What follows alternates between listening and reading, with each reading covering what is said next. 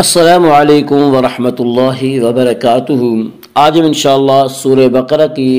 آیت نمبر 143 کا ترجمہ اور تفسیر پڑھیں گے۔ پہلے ہم انشاءاللہ لفظی ترجمہ کریں گے اور لفظی ترجمہ کے ساتھ ساتھ با محاورہ ترجمہ بھی کریں گے۔ اور اگر آپ اب تک کے ہمارے سارے ویڈیو شروع سے دیکھنا چاہیں تو ہم نے آسان ترجمہ قرآن کے نام سے پلے لسٹ بنا رکھی ہے، وہاں جا کر آپ ہمارے سارے ویڈیو بآسانی دیکھ سکتے ہیں۔ تو آئیے آج کا سبق ہم شروع کرتے ہیں۔ اعوذ باللہ من الشیطان الرجیم، بسم اللہ الرحمن الرحیم، وَكَذَلِكَ جَعَلْنَاكُمْ أُمَّةً وَسَطًا لِتَكُونُوا شُهَدَاءَ عَلَى النَّاسِ وَيَكُونَ الرَّسُولُ عَلَيْكُمْ شَهِيدًا وما جعلنا القبلة التي كنت عليها إلا لنعلم من يتبع الرسول ممن ينقلب على عقبيه وإن كانت لكبيرة إلا على الذين هدى الله وما كان الله ليضيع إيمانكم إن الله بالناس لرؤوف رحيم۔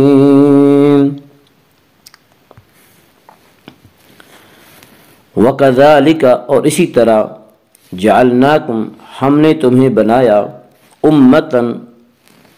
امت وسطاً معتدل لتکونوا تاکہ ہو تم شہداء گواہ علی پر الناس لوگ ویکون اور ہو الرسول رسول علیکم تم پر شہیدہ گواہ وما جعلنا اور نہیں مقرر کیا ہم نے القبلۃ قبلہ التی وہ جس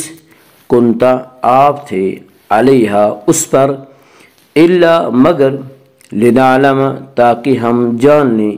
تاکہ ہم معلوم کر لیں من کون یتبع پیروی کرتا ہے الرسول رسول ممن اس سے جو ینقلب پھر جاتا ہے علی پر عقبیہ اپنی ایڑیاں وَإِن اور بے شک کانت یہ تھی لکبیرتاً بہت مشکل بہت باری الا مگر علی پر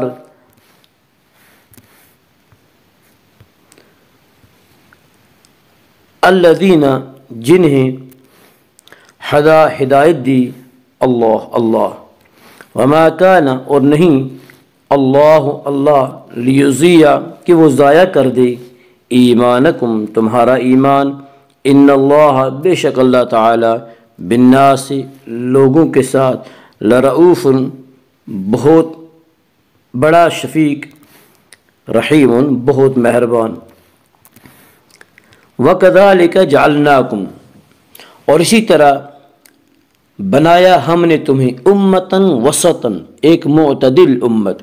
لتکونوا شہداء علی الناس تاکہ تم لوگوں پر گواہ بنو ویکون الرسول علیکم شہیدا اور رسول تم پر گواہ ہو وما جعلنا القبلۃ التی اور نہیں مقرر کیا ہم نے قبلہ بیت المقدس کو التی کنت علیہا جس پر آپ اب تک تھے الا لنعلم مگر اس لیے تاکہ ہم دیکھ لیں تاکہ ہم معلوم کر لیں من یتبع الرسول کون پیروی کرتا ہے رسول کی ممن ینقلب علی عقبیہ کون پھر جاتا ہے الٹے پاؤں وَإِنْ كَانَتْ لَكَبِيرَةٌ اور بے شک یہ حکم مشکل تھا یہ حکم بھاری تھا الا علی الذین مگر ان لوگوں کے لیے نہیں حد اللہ جنہیں اللہ نے ہدایت دی وما کان اللہ لیضیع ایمانکم اور نہیں ہے یہ شان اللہ کی لیضیع ایمانکم کہ وہ تو تمہارے ایمان کو ضائع کر دے ان اللہ بے شک اللہ تعالی بالناس لوگوں کے ساتھ لرؤوف الرحیم بڑا مہربان ہمیشہ رحم فرمانے والا ہے۔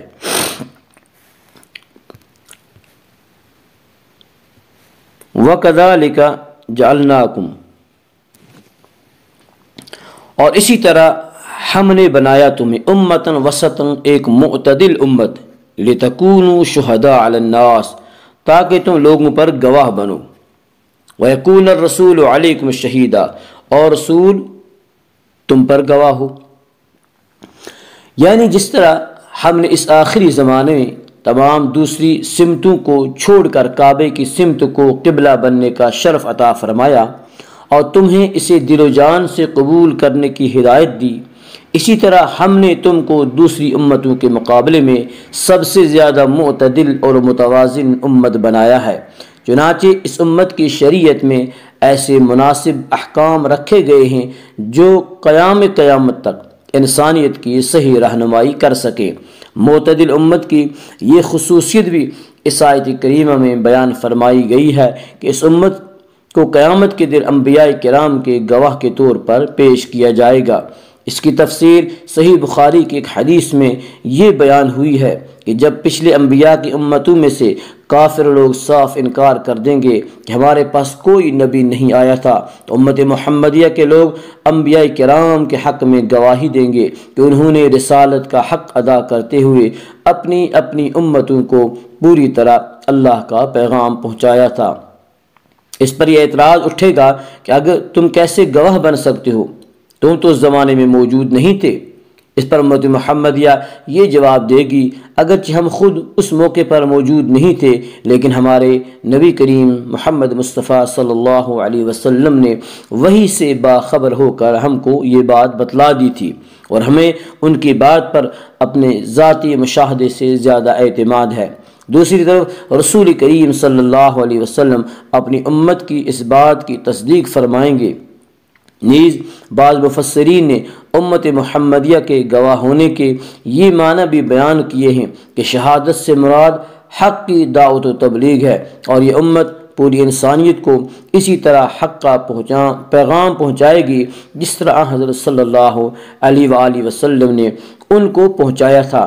باتیں دونوں اپنی اپنی جگہ درست ہیں اور ان میں کوئی تعارض بھی نہیں۔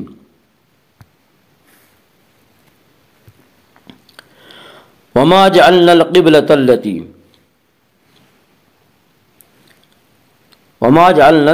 التي اور نہیں مقرر کیا ہم نے قبلہ،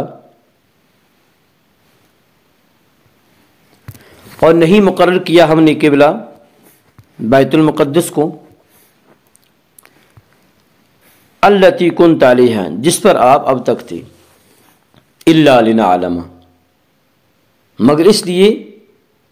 تاکہ ہم دیکھ لیں من یتبع الرسول کون پیروی کرتا ہے رسول کی، ممن ینقلب علی عقبیہ اور کون پھر جاتا ہے الٹے پاؤں۔ مطلب یہ ہے کہ پہلے کچھ عرصے کے لیے بیت المقدس کو قبلہ بنانے کا جو حکم ہم نے دیا تھا، اس کا مقصد یہ امتحان لینا تھا کہ کون قبلے کی اصل حقیقت کو سمجھ کر اللہ کے حکم کی تعمیل کرتا ہے، اور کون ہے جو کسی ایک قبلے کو بذات خود ہمیشہ کے لیے مقدس مان کر اللہ کے بجائے اسی کی عبادت شروع کر دیتا ہے۔ قبلے کی تبدیلی سے یہ بھی یہی واضح کرنا مقصود تھا کہ عبادت بیت اللہ کی نہیں، عبادت کسی سمت کی نہیں، عبادت اللہ کی کرنی ہے، ورنہ اس میں اور بت پرستی میں کیا فرق رہ جاتا ہے۔ اگلے جملے میں اللہ تعالیٰ نے یہ بھی واضح فرما دیا کہ جو لوگ صدیوں سے بیت المقدس کو قبلہ مانتے چلے آ رہے تھے، ان کے لیے اچانک بیت اللہ کی طرف رخ موڑ دینا کوئی آسان بات نہ تھی، کیونکہ صدیوں سے دلوں پر حکمرانی کرنے والے اعتقاد کو یکا یک بدل دینا بڑا مشکل ہوتا ہے۔ لیکن جن لوگوں کو اللہ نے یہ سمجھ عطا فرمائی کہ کسی بھی چیز کو کوئی ذاتی تقدس نہیں اور اصل تقدس اللہ تعالیٰ کے حکم کو حاصل ہے، ان کو نئے قبلے کی طرف رخ موڑنے میں ذرا بھی دقت پیش نہیں آئی، کیونکہ وہ سمجھ رہے تھے ہم پہلے بھی اللہ کے بندے اور اسی کے تابع فرمان تھے، اور آج بھی اسی کے حکم پر ہم ایسا کر رہے ہیں۔ وَمَا كَانَ اللَّهُ لِيُضِيعَ إِيمَانَكُمْ إِنَّ اللَّهَ بِالنَّاسِ لَرَءُوفٌ رَحِيمٌ۔ وما کان اللہ اور نہیں ہے اللہ کی یہ شان لیضیع ایمانکم کہ وہ ضائع کر دے تمہارا ایمان۔ اس پر بعض صحابہ کرام کو یہ خیال گزرا کہ جو مسلمان بیت المقدس کی طرف نماز پڑھتے رہے اور تحویل قبلہ سے پہلے انتقال کر گئے، کہیں ان کی نمازیں ضائع تو نہیں ہو گئی؟ ان کی تسلی کے لیے فرمایا کہ ان کی نمازیں ضائع نہیں ہوئیں، وہ تو اللہ کے حکم سے ہی بیت المقدس کی طرف رخ کر کے نمازیں ادا کرتے رہے، اس لیے نمازیں ضائع ہونے کا تو سوال ہی پیدا نہیں ہوتا۔ اللہم اجعل القرآن ربیع قلوبنا ونور صدورنا وجل احزاننا وذہاب حمومنا وغمومنا رب اغفر وارحم انت خیر الراحمین وصلی اللہ تعالی علی خیر خلقہ محمد وعلی آلہ واصحابہ اجمعین۔ السلام علیکم ورحمۃ اللہ وبرکاتہ۔